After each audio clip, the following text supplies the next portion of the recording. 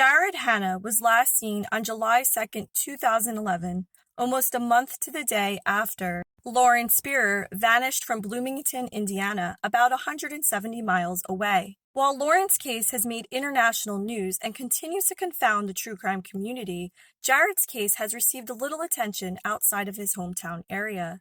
In my work as a true crime podcast researcher, I have read about Jared's case before, but I have to thank one of my followers named Jamie for suggesting I highlight it as part of my missing persons features. So thank you, Jamie, for the suggestion and helping to bring more awareness to Jared Hanna's case. Jared was 28 years old at the time of his disappearance, and family describe him as goofy and loving. He was also a doting father to 2 children, which he had sole custody of. They were both girls who were ages 3 and 6 at the time that he vanished. Family say he also enjoyed fishing and camping. On July 1st, Jared dropped his daughters off at their mother's house in St. Louis.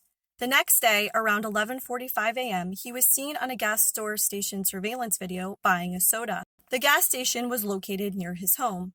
What he did afterwards remains a bit of a mystery, but it's believed that he went to look at some cars and may have also gone fishing. Family believe Jared did go fishing, as when his truck was later found, his fishing equipment was inside, and they also noticed that bait was missing from their home.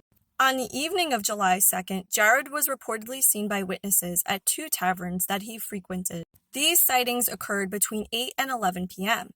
Around 9:15 p.m., the last outgoing call from Jared's cell phone was made to the mother of his daughters.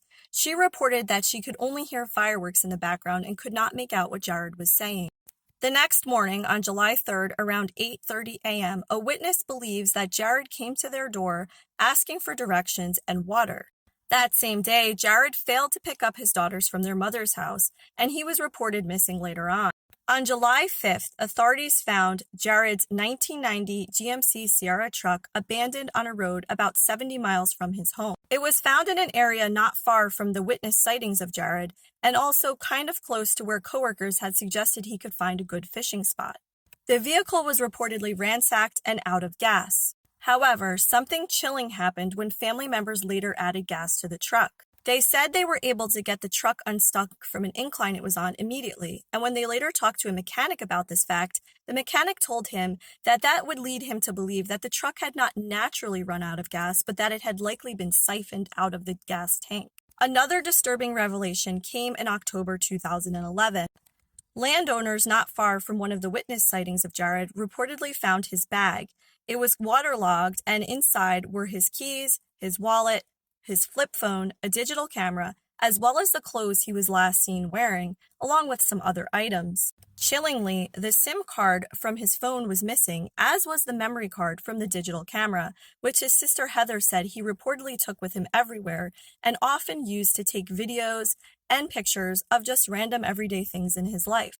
This chilling fact led many to believe that Jared may have met with foul play. His family also say he would have never left his daughters, who are now teenagers. Despite extensive searches organized by his family, no other traces of Jared have been found, and his case remains cold. To learn more about Jared's case, I recommend checking out the coverage by my friends Tim and Lance over at the Missing Podcast. Their 2-part episode on the case features an extensive interview with Heather Hanna, Jared's sister, as well as an advocate for the family. You can also follow along for updates on the Help Find Jared Hanna Facebook group, which is managed by his family. And if you have any information about Jared Hanna's disappearance, please contact Clinton County Sheriff's Office at 618-594-4555. The 13-year anniversary of Jared Hanna's disappearance is coming up in less than a month on July 2nd. So let's please hope that the family gets answers on his whereabouts.